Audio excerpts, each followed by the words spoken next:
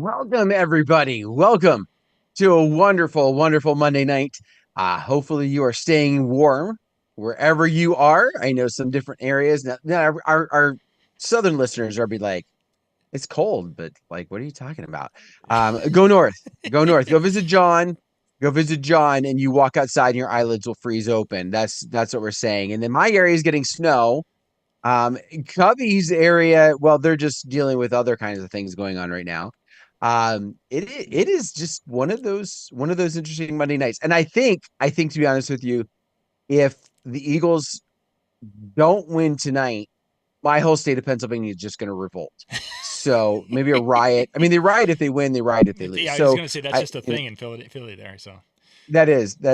So, well, I guess we'll have to see what happens for that. But yeah. you got to admit though, this is one of the few times that I've ever been here in the winter, Minnesota, and I see a picture from Nick Hahn today where he's got more snow than we have up here. He's Yeah, what, measuring, 7 inches or something yeah, like that? something like that. And I think we have maybe 2 or 3 or maybe 4 inches out there now, and definitely had the cold. But yeah, that was that was something I saw. It's like, wow, Nick, I got a snowblower that I'm not using. You could borrow. Yeah. Yeah, crazy. So Dan, tonight I want to dig into pricing. Especially, we're going to talk. I want to talk about it from the standpoint of for someone who is just getting started, because there's a lot of DJs out there who are on the different Facebook groups and saying, "Hey, I'm getting started this year, and where do I price myself? How do I do that?" And I think there's a lot of things involved that people don't think about, and that's really what I kind of wanted to dig into tonight. Is for those of you who are in that position. Things to think about before you just arrive at a number. Even though you may arrive at the same number that you would have just, dart, bing, okay. There's things behind that number, and I think once a person understands that what's all involved, that if nothing else gives, I think, a person a confidence in being able to quote that number. I want to start right there, Dan. When you started to kind of expand your horizons and people were saying, you can get there, Mark Farrell with his getting what you're worth. You really didn't get to hear that in the early start of it, but you were starting to hear people talk about, you can charge higher rates and things. When you got to that point where you were starting to raise your rates and quoting higher rates, whether it was a jump of 100 or 200 or 500, whatever it was from a prior rate, talk just a little bit about what was that feeling like that very first time when you quoted that higher number to a prospective client. Egg on my face, I think is really where it was, and some nerves. So, kind of the backstory was, a year or two maybe before that, I remember meeting with a couple, and their mom, and we were talking about prices, and I gave her what my price was. I don't even remember. It was sub 500. I just remember it was low, and I remember hearing of another DJ in our area that was charging 1,000. And out of my mouth, I said, I don't understand why they charge that. Like, to me, that didn't make sense. And when in the end, we basically do the same thing. Now, I knew that person did some more interactive stuff, but for the most part, it was like, we're doing the same thing.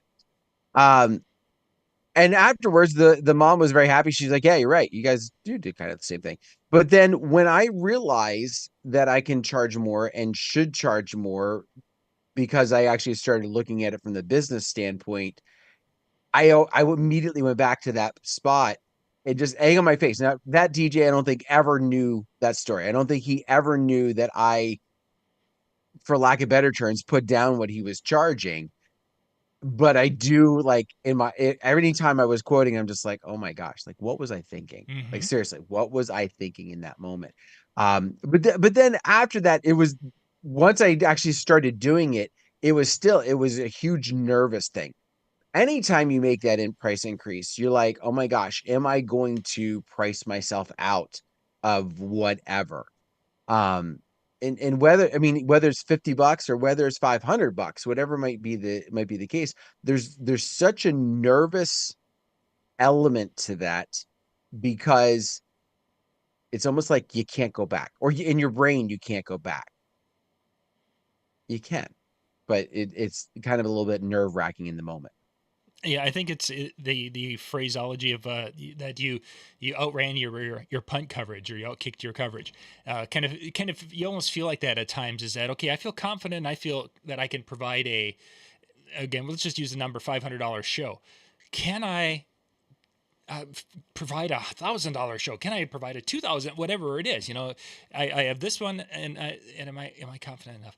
And I think that is really what this kind of the discussion is going to be tonight, is to help you realize that step between your first rate and the second rate you might be thinking of moving to.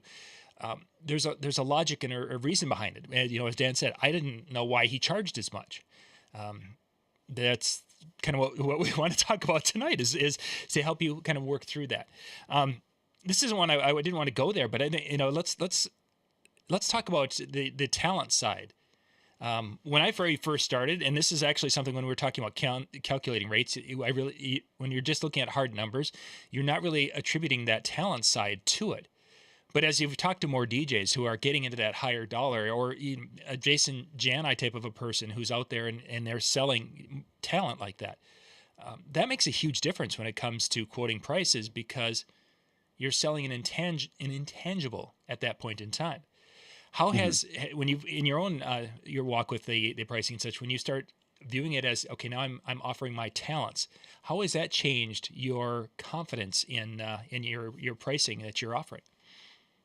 Well, I think anytime you have a single op situation, it becomes a little bit easier for that standpoint, because you can base kind of like the confidence in your talent based upon how quickly those leads are coming in and to what effectiveness and where they're coming from, right? So for example, in the early stages, part of the reason I think a lot of DJs keep their prices low, for lack of better terms, is that majority of their intake of leads is coming from their website. It's coming from uh you know wedding shows, things of that nature, where they don't really necessarily know you from Adam, and it's just a matter of they found you and now they're comparing what they think is apples to apples. Sure. Um, when you start seeing your leads coming in earlier and they're coming from the venues, they're coming from the photographers, they're coming from the other vendors, it should give you that confidence that you must be doing something right, because there are people who see other DJs and they're sending people to you. And let's assume for a second you're not giving them any sort of kickback. They don't get anything out of it other than working with somebody who they connected with. Mm-hmm. So there's some pieces to that talent, I think, that comes inside, because let me also say this, that a lot of times our brains can get big on the talent issue when all that we hear is what we hear at an event. Oh yeah. Oh, you were great. You were the best one ever. And they're three sheets to the wind. And so is it the drunkenness? Is it legitimately you were good? Like there's kind of a harder piece to know. But when people who are professionals in our industry at being weddings and events are the ones referring you, that says something about who you are. Mm-hmm. That's it. That says you have a legitimate talent that people are going to recognize and can give you that piece to be better suited to it. But it's a hard thing. It's a hard, tangible piece to put on until you realize they can't get you with somebody else. And that's the piece that you don't say to them. You keep that as your confidence booster in the back of your pocket. And if they do, why are you so much more expensive? Because this is me, not them. And I think that's a great, especially as you said with the single op, is that it's a little easier. And for most people who are starting out, they're in that point and they have to figure that part out. The talent fee is going to be part of that structure, and this will throw us completely out of my order of where we are. Sorry. But no, that's good. Okay. I think we'll talk about a lot of the other aspects, but I think talent fee is there. There's two parts to it. I think there's the part of the running of the business, and then the part of how much do I want to make off this business, because I could go and I've mentioned this before, is I can go to our local McDonald's and right now they're hiring at $17.50 an hour, but I can go to the local McDonald's and get a job there, and put in my 35 hours a week or whatever their hours are. They don't do full 40 hours a week, but I put in my X number of hours a week, make my money there, and at the end of the year, I'm going to have a dollar amount of what I've made for the year. And that's at a job that has that level of responsibility and needs that level of talent. It's not a talentless job, and it isn't completely no responsibility, but that's what those are. Now take the level of talent and responsibility needed there, compare it to the level of talent and responsibility needed to be a quality wedding entertainer. There's a little bit of a difference. Here, if I mess up somebody's hamburger, I'll probably get to make a second one. Here, if I mess up somebody's wedding, I don't think I'm not going to be able to have them do a second one. It doesn't work that way, type of a situation. So there's different levels of responsibility. So then it's like, okay, so if I can make $30,000 a year, I'm just throwing a number out, working at McDonald's doing their things, what should I be wanting to make here as a wedding entertainer and that's where that, what is it, the talent, what is my talent worth, above and beyond all the other expenses? Because there's so many DJs out there, I think, that are pricing themselves where they start out and they're pricing themselves to a point where they're actually giving themselves away, or in some cases they're discounting the rental price of their gear because they're there, compared to if somebody had to go and find this gear and rent it from someplace else. So I think there's a lot of variables to be thinking about, and I think that talent fee is definitely one that everyone needs to struggle with a little bit to get there. I think, but I would say this: if you're a DJ that's starting out, and John and I are probably going to disagree on this, and from what he was just saying, but I think if you're new and you're just starting out, that talent fee is not the same. It's not the same entity. I I would don't I agree. don't think I don't think it you can. First off, you're probably not going to have the talent of someone who's been doing it for years and understands the ins and outs and making sure that the event goes off as flawlessly as possible. However, I think when you first start out, it becomes about a livable wage before it becomes about a talent. Before it becomes the idea. So you break down the things that you need, and I'm sure we're going to get into this at some point of, okay, these are the hard costs, these are the softer costs, and this is when it's all said and done, how much I need to pay myself to live. Then at that point, you've got a line that says, okay, now is my talent worth more than what I just did? And as you go, that answer should be yes. And I think you make a good Definitely point build. and it will be increasing. When you're Yeah. first starting out, your talent might be minimum wage type payment because you're just not there yet, and there's nothing wrong with that. But I think that it is something that has to be accounted for because we have time involved. We have minimal skills, but we still are there doing a service, and it's all definitely part of it. So we'll talk more about that as we're kind of going through. I have a list of a variety of different things, and some of these first there's 11 in this little list I put together, Dan. Some of them are going to be things that I think are more important and less important. And I wanted to kind of get your thoughts on this, and we'll kind of give our perspective on these different elements and some, again, things you should be aware of, maybe you have to do some research for to help establish where your pricing is, and some things that people talk about when it comes to starting a business and a business plan, and that they may not fit here. And there's going to be a couple of these that I think don't fit that completely. That's why they're here, so we can discuss them. So the kind of givens for this, and I wanted to use a math term there for you, Dan. This is our given.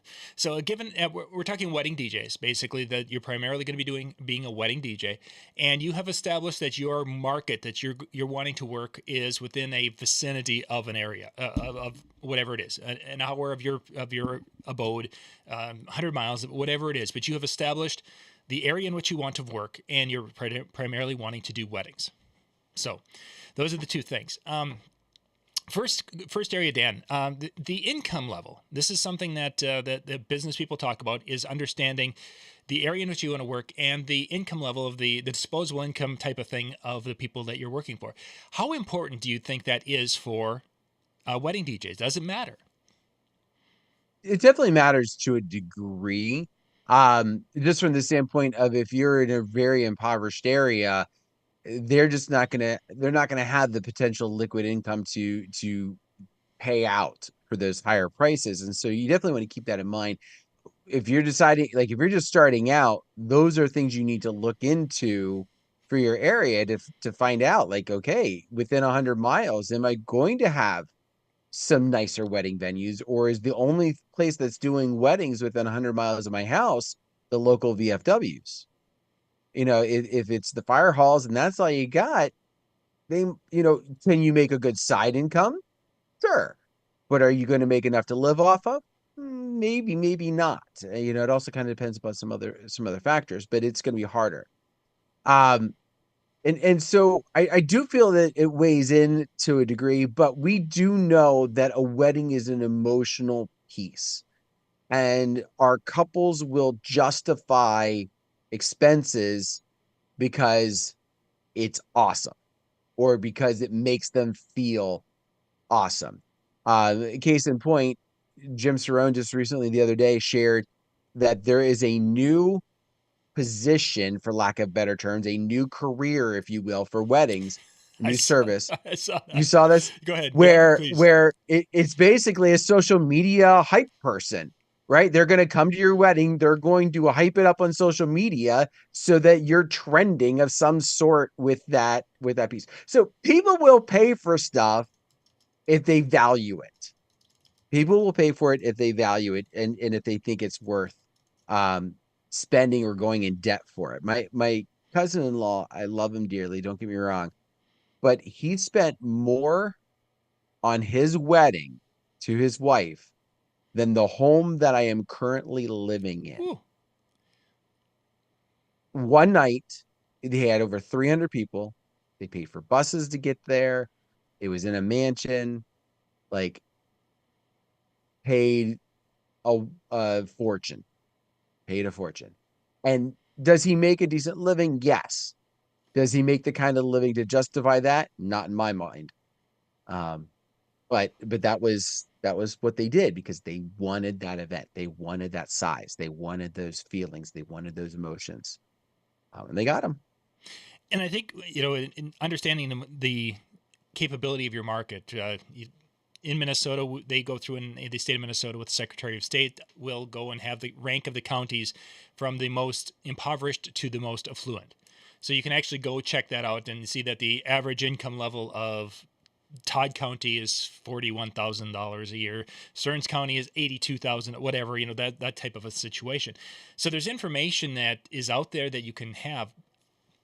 I think it's good information to have, as Dan had pointed out. I think the one area is that we kind of keep in mind is I do every market, even though their average is only 40,000, there's going to be that one person who is like what Dan was describing, his that is going to go all out. Every market has a few all out weddings. Maybe it's a tenth of a percent of the weddings that are in that market are going to be an all out everything, and that happens.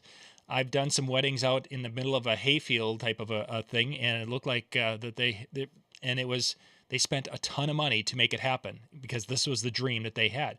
And I've been in some places where they've had the money and they've gone with a very very simple and very plain that didn't spend a lot on decorations or anything. They had a beautiful day, but it was the amount of money they dedicated to the day, even though they had the assets to do it, or it just didn't happen. Every market's going to have a variety of those, and it's just a question of, are there going to be enough opportunities within the area in which you're going to serve to kind of provide that level, that higher end service, mid or lower, and then will there be people who are higher end that are being brought in for these higher end shows? Is it going to work? So there's a lot of variables, but I think having that understanding of what you're working with, I think is maybe not completely critical, but I think it helps you understand that maybe there's not enough shows in this high mid area where I want to be, Now what do I have to do? Or what's gonna, is it, as Dan said, is it kind of a nice part-time job? Maybe I can't go full-time in the area in which I want to work. And Um, to that end, also, like, there's ways to put yourself, let's assume for a second, not in that high mid to high end is obviously that's where you want to be and that's where you want to get yourself. But as you look at those prices and that maybe that middle, just below that can still give you a decent living, there are ways to then put yourself into that higher market for the right clientele. So if you have those opportunities to kind of push the envelope with some pricing or some offerings, but not necessarily have to be in a situation where you're doing it for every wedding, that could be another way to kind of open that door. it's definitely a possibility. Yeah, it becomes kind of a game to figure out what's going to be what works. Um, the next one I was kind of threw out there is understanding the types of businesses in an area, and what I mean by that is um, retail, Dollar General. Those stores are in certain areas very heavily, and then there's some areas where Dollar Generals don't exist virtually at all. Aldi's is another one that fits at. Walmart is another one that fits at. Then you get to Target, and there's different retailers that are in different areas, and some of these they obviously smaller rural areas you're not going to have Targets as prevalent, what have you. Is it understanding some of the businesses that are in the areas that you're wanting to work? Is that important to the process of understanding where you should put your pricing? It definitely gives you an indication of the type of money that's available. So you mentioned about having that breakdown and using those counties, and maybe I would assume every state has that, but maybe you can't find it or you're not using it. That would be another thing to turn to. Where is the money able to be spent in your area? But I would be cautious to go too far in that direction. And I'll use my own area for this example. We had a very nice mall. It had Sears, it had J.C. Penney, it had a bunch of other higher end stores. Rent for our mall got to the point that it was so high that the stores said, you know what, we can make more elsewhere. We can make more, close up shop and do online or pull out and consolidate areas rather than try and stay in this particular facility. And they left. And so some of those stores, which were typically in our area, are no longer there. Now, did our area necessarily drastically change? No, but the situation for that store did. Yes. So keeping some of those pieces in mind, I think is good. But yeah, if you're seeing mainly low budget type of retailing places and you don't recall anything else ever being in that area, it might be an indication. Yeah, I think it's one of those things that it can be a piece to the puzzle for you to help for you to understand it. But I don't think in this day and age that it is the be all end all. Which in some business books, of course, they talk about that being if there isn't anything there, either it's a untapped market or it's a dead market. And I think that it's something to have in the back of your mind, but I don't think it's something to base a huge part of your business off from. Um, Now there's these two would kind of go together. The potential number of wedding sites, the common wedding sites, and you already mentioned, some areas are mainly VFW, American Legion type weddings, and then the number of weddings that would be in the area that you want to work. Um, how how did those fit into the your thought process when you're dealing with how successful you can be as a business? They didn't factor into mine. However, it's going to be beneficial to you from the understanding of one, if the type of venues that you're dealing with are what would be considered low budget venues, then going and that's all that's really in your area, that might be an indication that that's all that's really kind of available. My guess would be that for most everybody, even if they have a bunch of lower budget type of venues, there's one or two that are like in your more immediate area that are kind of that more high end. Just because they're going to want to have that opportunity to have that showcase for the right situation, for the right couple, for the right event. So having that would be helpful, but yeah, you definitely want to recognize what's there to recognize if it's even again worth it, because you can only polish certain things so much, other than they still look like that's something. And Hmm. if you don't know the saying, I'm not going to go there. Yeah, yeah, yeah, it's not so. The number of weddings in the area, Dan kind of covered the venues. I think the number of wedding in the area, the number of opportunities for you and every other person who wants to compete for those types of shows. Those are the opportunities to work, and you need to have a ballpark understanding of how many opportunities there are to work.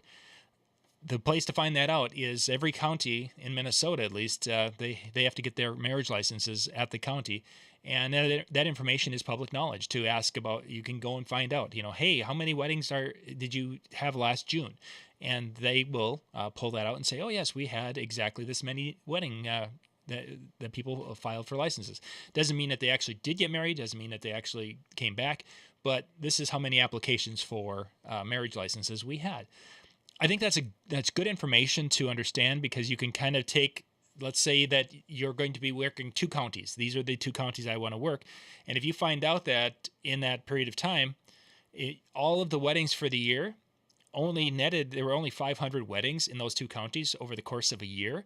Well, then it becomes something that you understand a little bit about the potential of what's out there. How much of that piece of pie are you going to be able to get? And what will it take to get that piece of pie? I think it's great information, but as Dan said, most of us when we started, we didn't think about that. It wasn't part of our. It was basically, hey, wow, I got somebody who liked me. I'm going to do it. I'm going to do it again. Send me money, that kind of a thing. But I think knowing that, looking back, it's a great thing to have, because for one thing, in my particular spot where I like to do, it made it took a lot of stress off, because there would be weekends where I wasn't booked, and I'd be like, oh my gosh, what am I doing wrong? I just must suck as a DJ because I'm not booked, and there's a wedding over there. It turns out that was the only wedding that was going on that weekend in the county type of thing. It's just the way it was. There have been times this past year where we haven't had that many, and understanding that we were at at one of the lowest points in weddings this past summer in June, in decades type of a situation. It's like, okay, so it wasn't me. It was across the board. And the thing though that you do have to keep in mind is, even if those numbers are up, how many other DJs are in your immediate area? Like how many other people are going after this, piece of the pie? And I think that right there is probably going to be our hardest piece to understanding that numbers game. Because, for example, I think I know who all the DJs in my area are. And then somebody posts on Facebook, hey, I'm Yeah. looking for a DJ Yep. for such and such day. And there's 30 names that I've never even heard of before. And apparently have been doing this long enough that they have done at least one wedding for somebody somewhere. So that is something to kind of keep in mind, is that if you're trying to think about who else is in that piece of the puzzle, who else is trying to go after that, there's probably a lot of people that are not as forward facing as a quick Google search might show up, or like you would hope it would show up. And that's a great point. And that was one of the next the competition in the area. Uh, Facebook has become a great thing when someone posts a yesterday, I think it was, somebody posted in one of these buy and sell, the garage sale marketplace type things, looking for a wedding DJ, and it was just post after post after post, and there were many names that were there that I've never heard of, and then there was a couple of names that were the same person mentioned 15, 20 times, which is great from my perspective, because as far as if that was in my exact market, because that person can only book one show. And once they're booked, they're off the options for folks. But yeah, understanding that and realizing that there's going to be, I might only want to stay within an hour of home, but there are people who would drive 4 hours to come and do a show. You know, I was there at one time. We used to do that. We used to go 3 or 4 hours one direction. If there was somebody who wanted to book us and pay the rates and pay the fees, it was just the way it was. But understanding that there is competition and how much of that pie are you going to be able to get after all of that competition is there. What can you do? It's that one is a tough one, as you say. And one way to see, obviously it's, you can scroll those different buy and sell sites and you're probably going to get an idea of some of the other competition that's in your area. But you can also look to wedding shows. A lot of your wedding shows will list who all the vendors are. So even if you're not a part of that show, for whatever is the reason you're doing another show or whatever, you can see who's going to be at that show. There was one we had yesterday in our area. I didn't participate in it. I was looking at their listing of all the clienteles. Again, 3 DJ companies that I had not heard of before.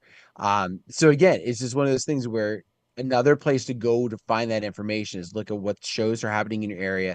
See, because again, it's not just that they're willing to travel, they're willing to market in your Yeah. area when you see that. So they're putting a little bit more stake in the game at that. So then you get to the point where you get an idea that there's X number of DJs within your neighborhood. We'll go tell that tight, and there's this many shows in your neighborhood or weddings. The expanding and looking at other events, I think, becomes the logical next step, because in many cases, especially when we're first starting out, you can't fill a calendar with just weddings. How much in that early process, Dan, would you encourage or think about expanding horizons at that point, or was it something you'd suggest them stay in the wedding area and then let evolution take you to those other types of events? In the beginning, it's you want to do everything you can. You want to get your name in front of as many people as possible. That was my philosophy. It was like, you call me for a birthday party, I'm there. You call me for a reunion, I'm there. Bar calls me up, I'm going. Like, it was just like whatever I could do to be wherever I could be. The problem with that, it was great to fill the calendar kind of in those last minute opportunities. It was great to get that income in those last minute opportunities. But what I found was my weddings improved leaps and bounds when I said, you know what? I'm only going to now do I got to the point I'm like, I'm only going to do weddings and school dances. That's it. You call me for a birthday party, sorry, I'm not your person. And I send them to somebody else. And some people are like, oh, you're just doing it for the more high paying gigs. That could be a part of it, but subconsciously. But it was one of those things where once I focused my energy, I was able to hone in on those skills. I was able to bring that talent to a different level, Yep. because the different skill sets that you use for those other events spreads out significantly when you try and be the jack of all trades. And I think the other events, there's a price point of what you can charge for those, and we're going to call it just the acceptable price points for a bar, for a birthday party, for whatever. And there's a level of responsibility and talent needed for those. Then there's the level of responsibility and talent and things that are needed for a wedding, and the amount of work, and it's two completely different situations, two completely different price points. But in many situations, the one is viewed as if you're doing these less expensive, you did a birthday party last weekend for $300, why can't you do maybe another $100 and you can do my wedding? That type of a mentality starts to bite you in the butt. And I think, as Dan said, his weddings jumped when he made that commitment to, this is going to be it. Part of it is psychological, no question about it. But I think there's the other side of it is I think there's an expectation from the clients when they know that Dan is pretty much a wedding DJ. This guy, this is what he focuses on, and he has really made that his niche. I think that there's a level of not comfort. I'm looking for confidence that they have in his abilities, and he can sell that he is a wedding entertainer because he's not the jack of all trades. And I think that's The very, other piece. very huge. The other piece, and you hear these horror stories on, for lack of better terms, where a couple calls you up and says they're doing a birthday party, and so you quote them at that low price, and then all of a sudden it's like the day before, oh, by the way, we're gonna do this dance between me and this other person, and the more you get into it, the more you go, oh, this is a wedding, and I quoted them a birthday party price. As John said, there's like that's acceptable difference in what the price points might be. There's two ways around that. One is only do that one type of event, and therefore if somebody calls, I'm sorry, I don't do birthday parties, I only do weddings, and so therefore you're not available for that opportunity that might change, or always charge the same price regardless of what the event might be. And I have some DJs who say that they do that. I've yet to really have a sit down conversation with DJs who actually do it. But I hear of different ones that say, "Oh, I always charge the same price," because whether it is, a wedding or whether it is a birthday party, my Saturday's gone. True So, inventory. Yes. right. And so from that standpoint, it takes out the talent, it takes out the responsibility piece, but goes into the inventory side. Um, and that can make a huge impact as well. So, I didn't even. I don't know. Yeah, exclusivity of inventory. I didn't even put that down. We'll retouch a bit. That's an important part of this. Let's see. Thomas C., thank you for being with us, Thomas. I mentioned that lower price events can do nothing but hurt the exclusivity of your availability, and I think that when we started out, I know that one bit me in the butt numerous times of taking that birthday party, and then somebody, a month later saying, gosh, I'd really like it, and all of a sudden it's like, oh, I've got this one, and I could be doing this one, and it was a painful lesson, many, many times. Day and Night mentioned to focus on to focus on what you're good at, and I think that's an important thing. Is that if you're good at weddings, as Dan has, and want to hone that skill, focusing on that is great. It will help set you apart faster. Okay, let's hit a couple more here, Dan. Let's talk about the expenses side of it. There can be a lot of expenses involved with running a business. When you're first starting out, how much of the expense concern should a person have when they're first starting out? Is it something that they should be kind of fudging it earlier on until they get going, or is it something that they should be like, okay, this is what it's going to cost and such, and setting it and moving on from there? Well, I think in the beginning you have to take that into effect. You have to account for how much the equipment costs, and breaking down that expense over a few different events. You're not going to make up the entire cost of your gear in one event. I mean, in theory, maybe you could, but realistically, you're probably not going to be doing that. And so you then need to split off. Now, in the beginning, feel that what I did, in order to build up what I was doing, I worked this job to buy this equipment because I didn't have that business sense of what I was doing. I think in the beginning, when you get started, it's okay to take less for yourself and more set aside to get the proper pieces in place. And then once you've accounted for either the gear is paid for or the gear is at least closer to being paid for, you can then adjust the percentages that are set aside as equipment expenses and more now for you. One, you're going to have more experience by that point, so you're going to then should justify more of a talent side for yourself. But once the gear is paid for, don't stop accounting for that cost. This is where I think a lot of DJs getting themselves in trouble because, well, the gear is paid for, so I'm just going to go out and I'm going to work, and I really only need the money that's going to be for me. Yes, except for what happens when that gear goes down. Mm-hmm. What happens, you're putting wear and tear on it. So it might not seem like it's costing you anything, but in reality, it's costing the life of that equipment. So it's a good idea once you establish that percentage of the event or that is going to go to that equipment, that you continue that after it's completely paid off. And then when you buy the next one, you're not financing it. You're paying for it from that pool of money that you've held on to for those expenses. As you're talking there, Dan, the book that jumped to mind, of course, is Profit First. That Jason Spencer was really involved with bringing to the DJ industry here a few years back. The concept behind that is that you pay yourself first, and that's your profit for your business. We'll call it, in our case for tonight, it was a talent fee, and then from there, your expenses of running your business and doing your things and all those different things are covered after that. Replacing gear is all allocated in there and broken down into that, and that is a methodology or a tool to help set your prices for your business, and it would definitely work.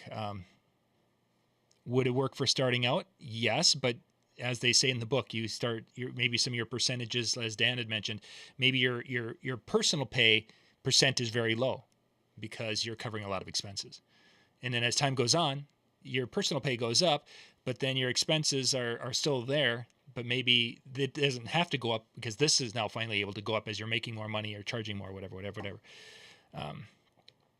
Yeah, Thomas Heath is mentioning the 10% gear cost, and that's a number I like to use. Is that basically if I'm running $10,000 worth of gear at a show, 10% of that is what I need to be making, and that goes into the base cost of what I would allocate for gear and eventual gear replacement with that.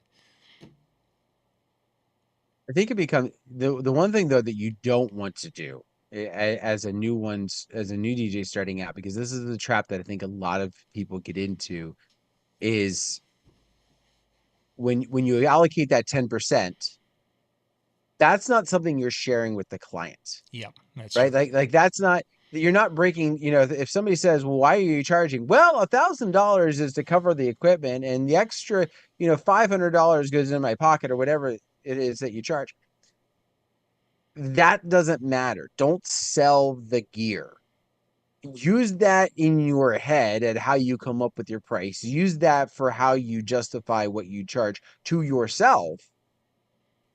But it's the experience, it's the emotion, it's the other side that's going to matter for your couples that you work with. Let's jump to the you mentioned it, the availability of inventory, basically the amount of dates. And now we talked about being a wedding DJ. We've talked about the potential weddings in the market, but in the upper Midwest, and I think you might have a similar situation, is that weddings for us are sometimes Friday, mainly Saturday. I haven't had we did have one Sunday wedding this year. There was one. I have not done a Sunday wedding in years. But we had one. But there's availability. There's we sell dates, and there's only so many dates in your market. What's your wedding season? In the kind of you're in the that Philadelphia Eagles fan base area. So, but I'm what? more in the middle of the state, but still, it's basically April through the end of October. Some goes into November, and the past few years I've had a few Christmas time weddings, winter wedding themes, that have stretched into December. But majority of what I get coming in, is from April, and even sliding more into May some years, through that end of October. So 6 months. So if let's say that there's we have 52 weeks in a year. Let's just cut that in half because there's going to be a couple of summer weekends that the 4th of July lands on a weekend where there's not, and Labor Day and Memorial Day, usually one of them is completely, or both of them can be dead. So we might have maybe 25 available main dates, main Saturdays. And then if we add Fridays in, well, that becomes a potential of 50 dates. And some of those may stretch in. So as a wedding DJ, you're probably talking that you're looking at, as a single operator, you're going to have less than 75 potential spots to fill.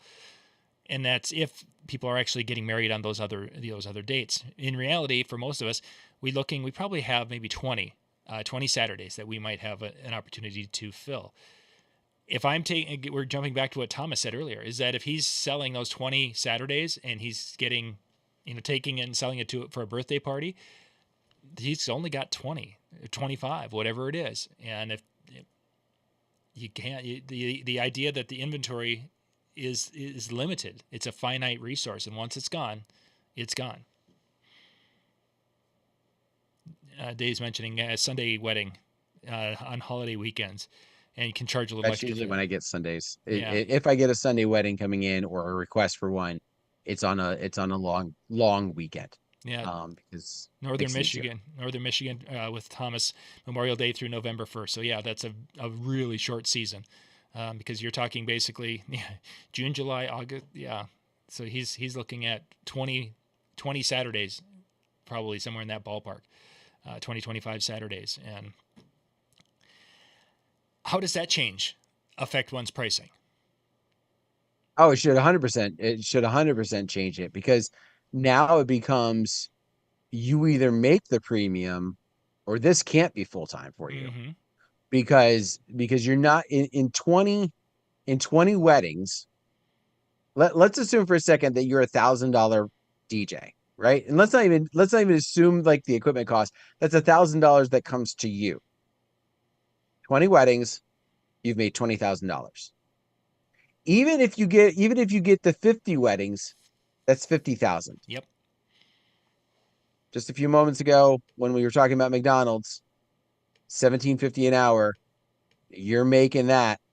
Now, granted, you could argue one day of working out versus a week at smelling like burgers and fries, but still, you need to recognize, like, if I wanted to make X amount of money and I've only got this many days, then take this divided by this, and that's how much you in theory should make to make that amount. Mm-hmm. Now, again, we've talked about the other factors tonight that might warrant you not being able to, but in the same respect, this can be a very great paying side gig. Mm-hmm. And I'm the part-timer here, in that, I have my full-time job, and I have this, and I treat it like a full-time job.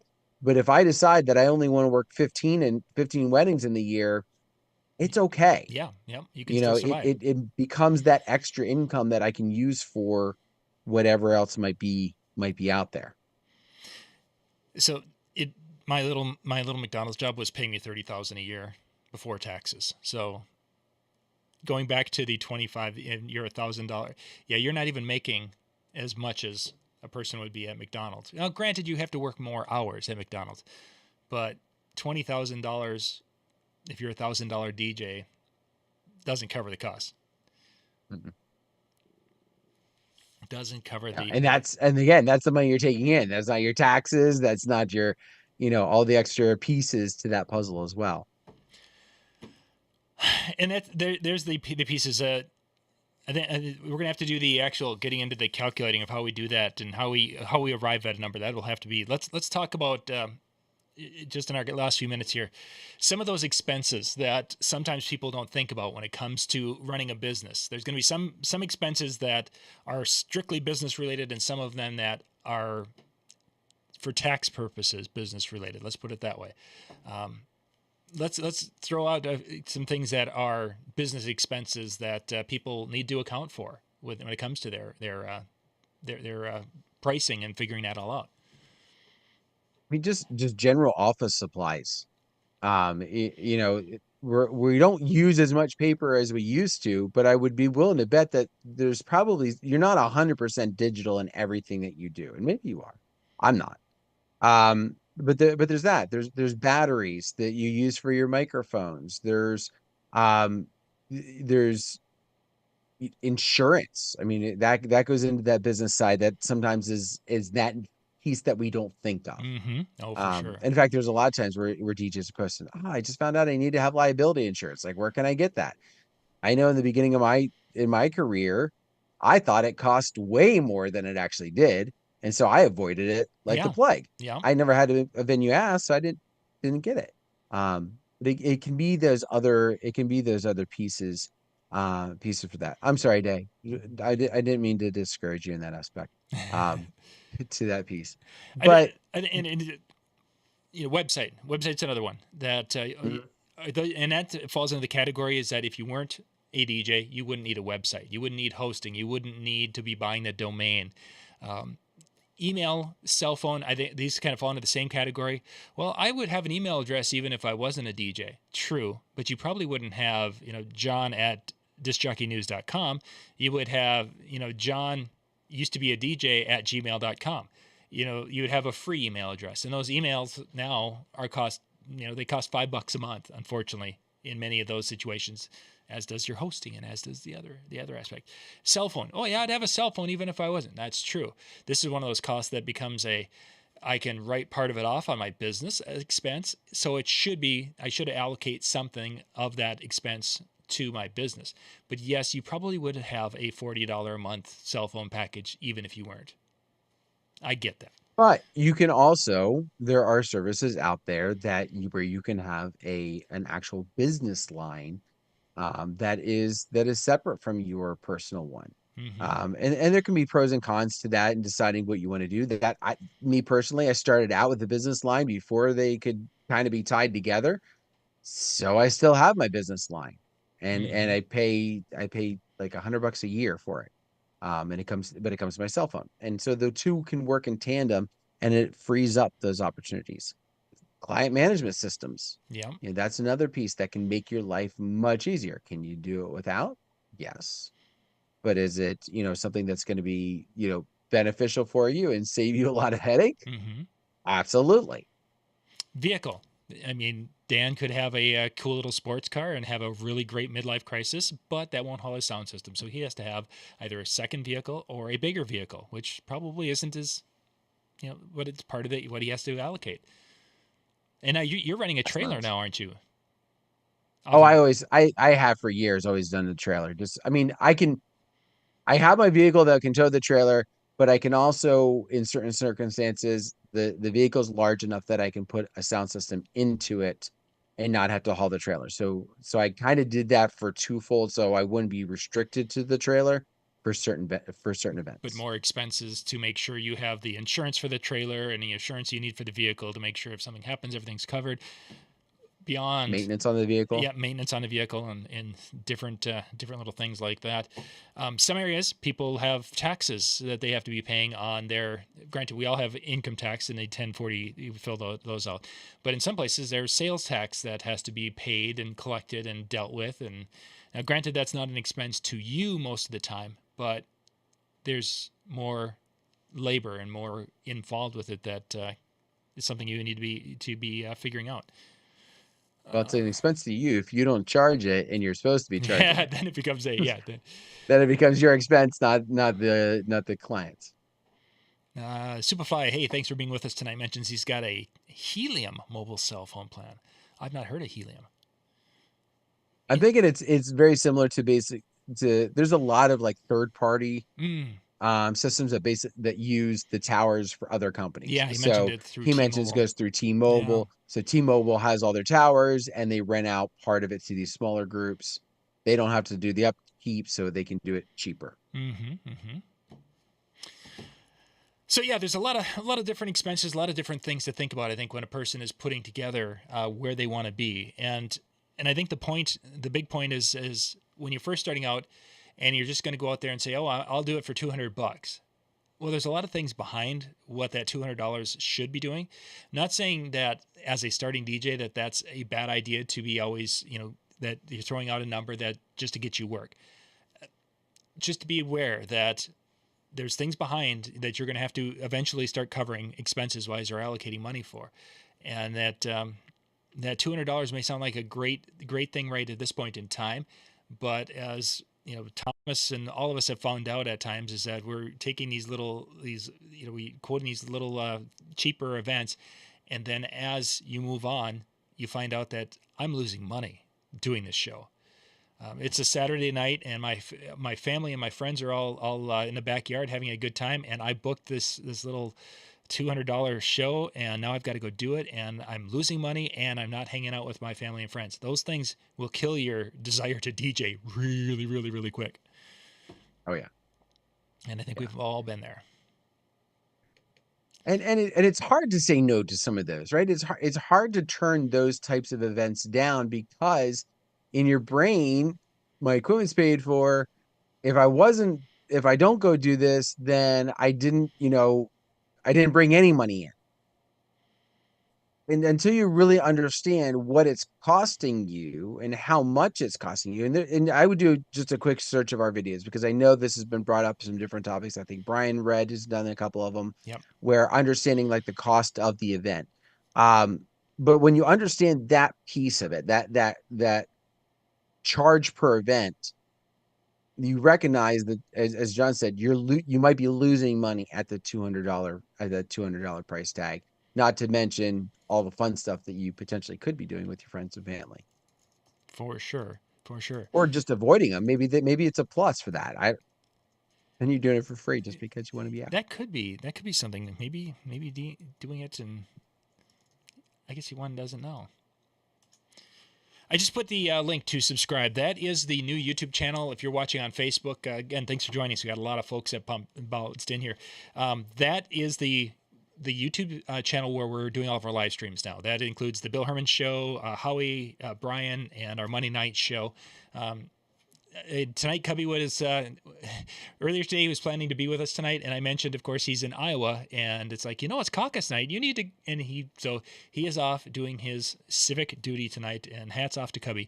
I'm going to be excited to hear the story about how that went tonight. That he was out and doing his civic duty with that. One last thing I wanted to mention, Dan, I saw up here. You wouldn't have seen this one. Ralph mentions. In Chicagoland, of course, is a bigger market, and they have weddings pretty much all year round. Mentions discounting, or asked about why discount at all. It's the same amount of work. We didn't really talk about discounting, like for off-season and things. Give me your 30-second thoughts on discounting for off-season weddings. What's your thoughts on that? Because you mentioned a couple of Christmas. I'm not a fan of it for the simple fact that when you go down to the lower price, you are now the lower price DJ. If you want to establish yourself as a certain price, then that's where that price needs to be. If you're going to do anything, maybe include like some extra features. Maybe I'll give you four to six uplights around the dance floor for free.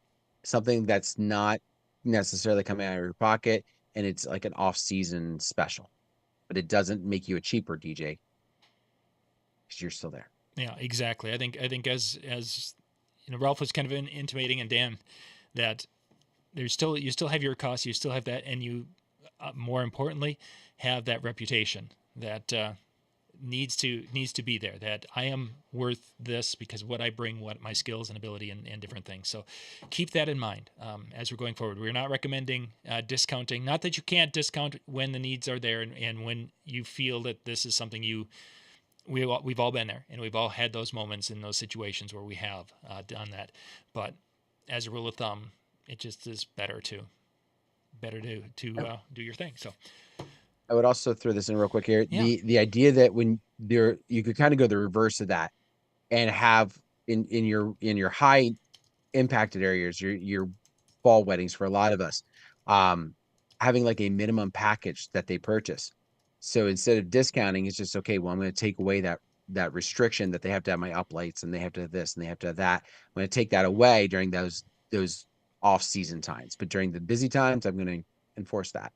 there's many thoughts. I think that would be actually a good topic for another show, is talking about how strategies for the two. Just put the link in, DJNTV.com/chill. That's up next. The guys are going to be doing the Hanging with Howie. That's in our chill room, which is a Zoom meeting. You guys can bounce in there and hang out and talk. There's a great group that gets in there. John, I see he's coming around, and the guys are going to be in there in just a few minutes. So if you haven't noticed, we've changed things. DJNTV shows. It's youtube.com/@DJNTV shows. That's where the live streams are now.